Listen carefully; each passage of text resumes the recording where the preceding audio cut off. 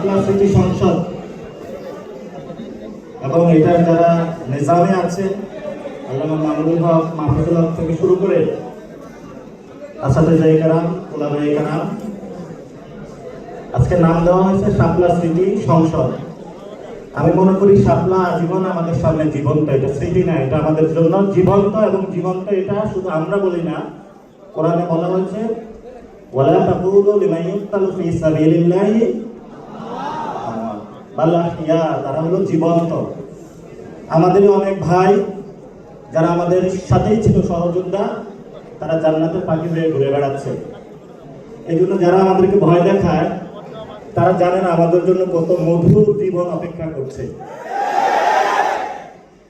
এবং যে মধুর জীবনের নিশ্চয়তা, যিনি আমাকে সৃষ্টি করেছেন, যিনি প্রত্যেকদিন আমাকে রিজিক দেন, যিনি পালন করেন, উনিই আমাকে নিশ্চয়তা বিধান করেছেন। পৃথিবীর কেউ আমাকে নিশ্চয়তা বিধান করে নাই।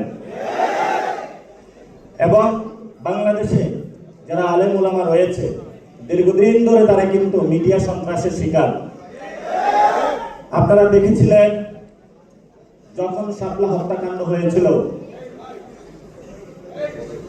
আমাদের সামনে এমন ভাবে বয়ান উৎপাদন করা হয়েছে, ওইখানে একজন লোকও মারা যায় নাই। এখন তারাই বলতেছে ৩৬ জনের হলে তারা প্রমাণ পেয়েছে। সেই সময়কালে তারা এটার নাম দিয়েছিল নারকীয় হত্যাকাণ্ড, সন্ত্রাস নাম দিয়েছিল, তাণ্ডব নাম দিয়েছিল তারা। আজকে এখানে একজন সংসদ সদস্য ছিলেন একটু আগে, মুফতি হানজালা সাহেব, পার্লামেন্টে যাচ্ছে, ওনাকে বলতেছে কি এই ধরনের যে মিডিয়া সন্ত্রাস থেকে শুরু করে তারা আমাদেরকে প্রতিনিয়ত যে উৎপাদনের মধ্য দিয়ে তারা যায়, একটা সময়ে তারা আমাদেরকে হত্যাযোগ্য বানিয়ে দেয়। এই জন্য হলো আপনারা যারা আলেম ওলামা আছেন, শুধু আলেম ওলামা না, প্রত্যেকের জায়গা থেকে নতুন করে ভাবতে হবে, মিডিয়া জগতে নতুন করে ঘুরে দাঁড়াতে হবে। এখন বাংলাদেশে অনেকে বলে যে যা কিছু আমরা বলি এগুলা প্রিন্ট ইলেকট্রনিক মিডিয়া আসবে না। আমাদের কাছে বড় মিডিয়া আছে, এটা জানেন তো কি?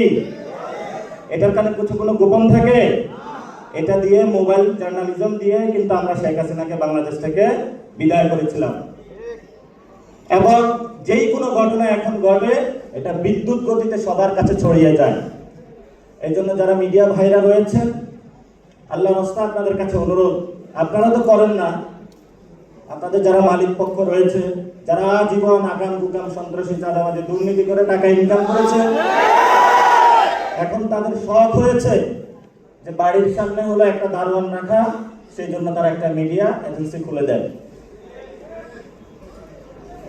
এই যদি হয় মিডিয়া ইন্ডাস্ট্রি বাংলাদেশে, তাহলে বাংলাদেশের ভবিষ্যৎ, যেটা আমরা সংবিধানের স্বীকৃত বিষয় অনুযায়ী যে ফ্রিডম, প্রেস ফ্রিডম, সেটা তো বাংলাদেশ অনেক তলানিতে আছে।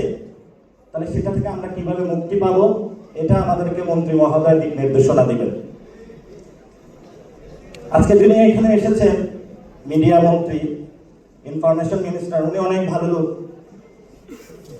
উনি 90-এর সেখান থেকে আমরা ঢাকা শহরে বিভিন্ন আড্ডা হতো,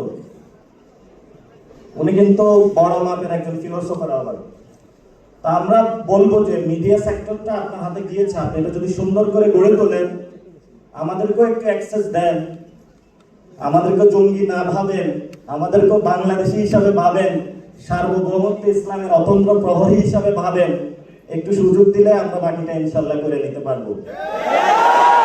এই জন্য আমরা মনে করি শাপলা নামে একটি চ্যানেল আসা উচিত, যে চ্যানেলের মধ্য দিয়ে আগামীতে যেই কেউ যারা শাপলা কাহিনী ঘটিয়েছিল সেটা আমরা তথ্য অনুসন্ধান করে শাপলাদের পর্দার আড়ালের কি ঘটনা ঘটেছিল সেটা আমরা ইনশাআল্লাহ উন্মোচন করব। শেষ কথা যেটা বলবো, হেফাজতে ইসলামের সেই শাপলা